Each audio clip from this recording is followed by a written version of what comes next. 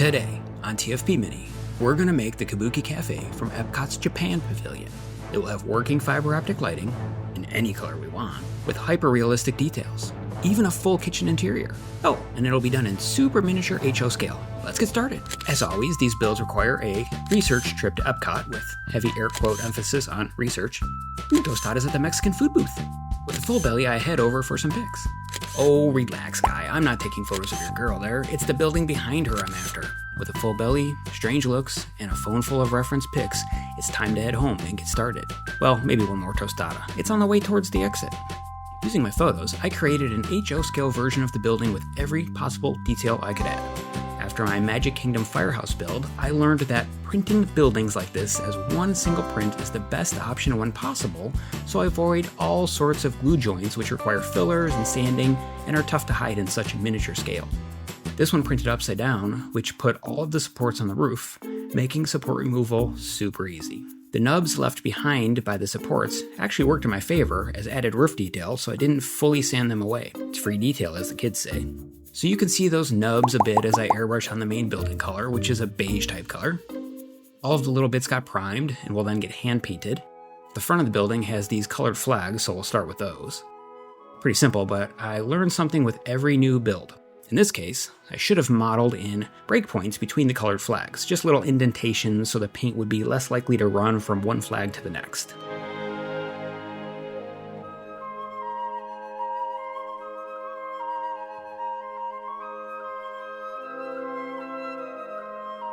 The building has 3 large signs on the roof. 2 are artwork, so I'll paint those frames black and we'll use a photo on them later.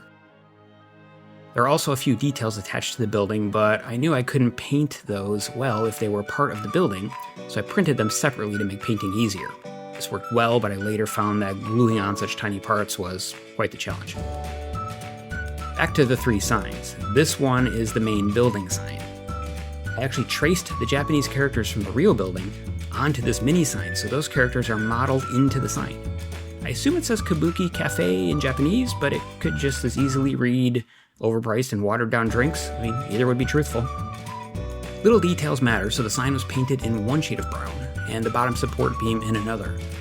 And then back to some of the building's architectural details, like these little, I don't know what they are, green leaves basically.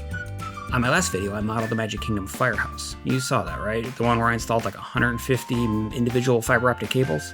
You should really check that out. I'll throw a link in the description. Anywho, I wanted clean, crisp paint lines, and they're impossible for me to achieve with a paintbrush, so an airbrush is the way to go. And on that firehouse model I was just mentioning, taping everything off with masking tape and spraying the paint on worked really well. So I did the same thing here, masking off the areas I already painted in beige so I could spray on the brown wood color without messing up the beige color. It's pretty simple, it just requires some patience.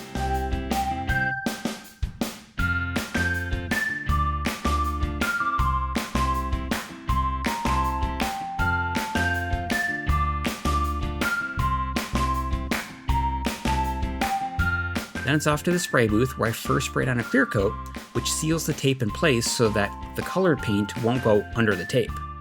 For the most part. Then I shoot on some brown paint. And once that's dry, I remove the masking tape.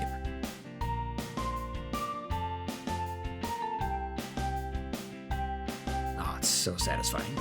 And a mostly perfect paint job that doesn't require too much touch-up.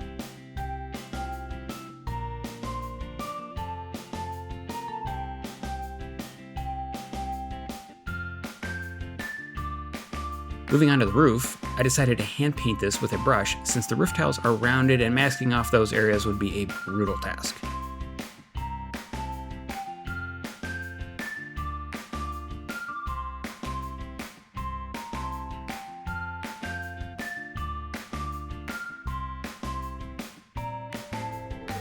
Looking good so far. Now I can glue on those architectural details I painted earlier. This is tweezer work for sure. So I add a tiny drop of CA glue and get them in place.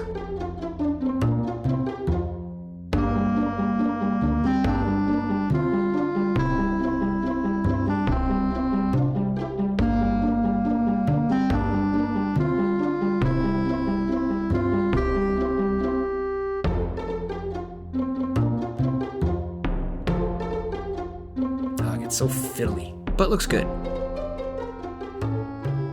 The other side was, well, less good, I guess.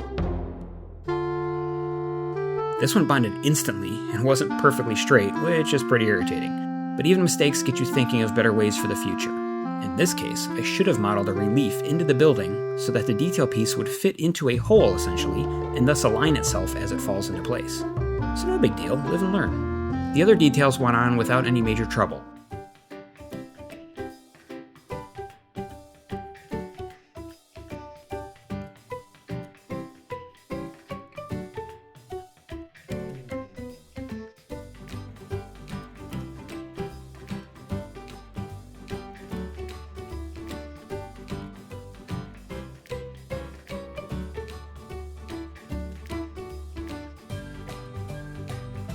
It's really coming together. And then disaster on a tiny scale. I broke the flags that go on the front. Too much trouble to reprint such a tiny little part that was already tough to print, so I'm going to glue it back together after I test fit the parts. More CA glue and tweezer work.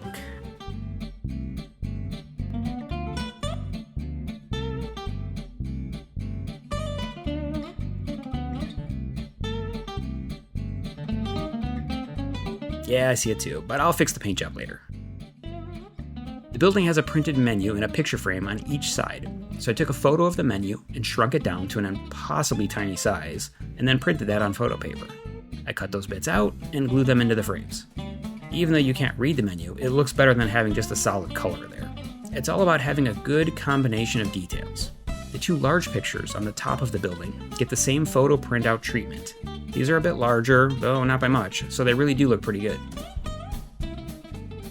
Speaking of details, the main Kabuki sign needs more pop on it, so I used a dark brown paint wash to fill in the Japanese characters. I then wiped off the excess wash and realized that sort of undid my work, so I applied a second coat of the wash and skipped to the wiping this time. This is officially my favorite piece on the model. I quickly modeled a kitchen-style interior that would slide into the building. This both provides much-needed interior detail, but will also hide the fiber optic cables I'll add in a bit. I painted something silver for that commercial kitchen stainless look.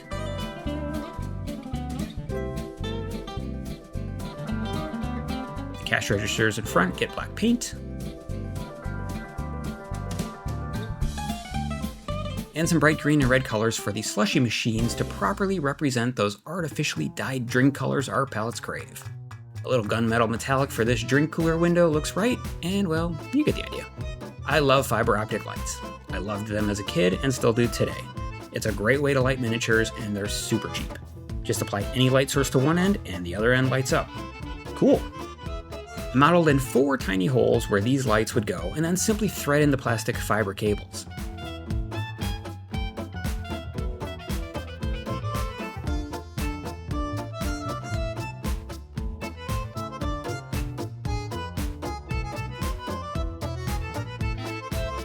A little thick CA glue on the inside holds them in place.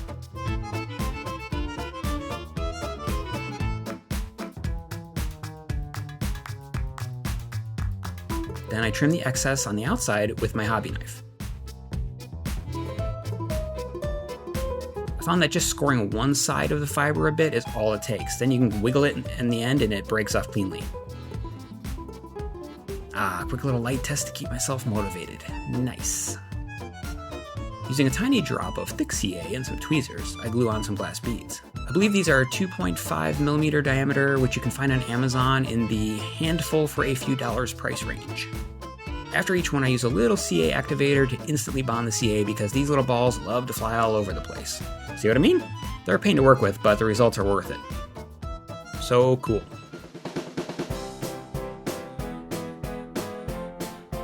Here's the finished kitchen with everything painted. It's not fully dry, but I lack patience, so we're forging ahead. It fits perfectly inside the building, thanks to 3D printing accuracy. I then push it flush to the bottom of the building, and it's in securely, but also removable if needed. I left a 2mm gap in the back to hide the fiber optic cables. That deserves a thumbs up. Alright, let's use some CA to glue the roof signs in place. These are all designed together with the building, which allows me to also make everything in a way that I know it will be super easy to assemble later. I'm very pleased with that. Dare I thumbs up again? I do. With every model, I like to spray on a clear coat. This is just a matte varnish I airbrush on, which protects the entire model and helps ensure I don't scratch the paint off them. This will be really important as each of these buildings gets assembled into the larger diorama that will become the entire park. That happens, I believe, somewhere around the year 5079. And with that, it's done, so let's see the final result. Let there be light. And there was light. Cool. Let there be colored light. And there was colored light. Super cool. This build is a great example of why I enjoy modeling Walt Disney World things so much. It's the detail. It doesn't matter how big or small a thing at Disney is, or how exciting or boring a thing is. They just pack in so much detail to everything they create. And for me, miniaturizing tons of detail is as good as it gets.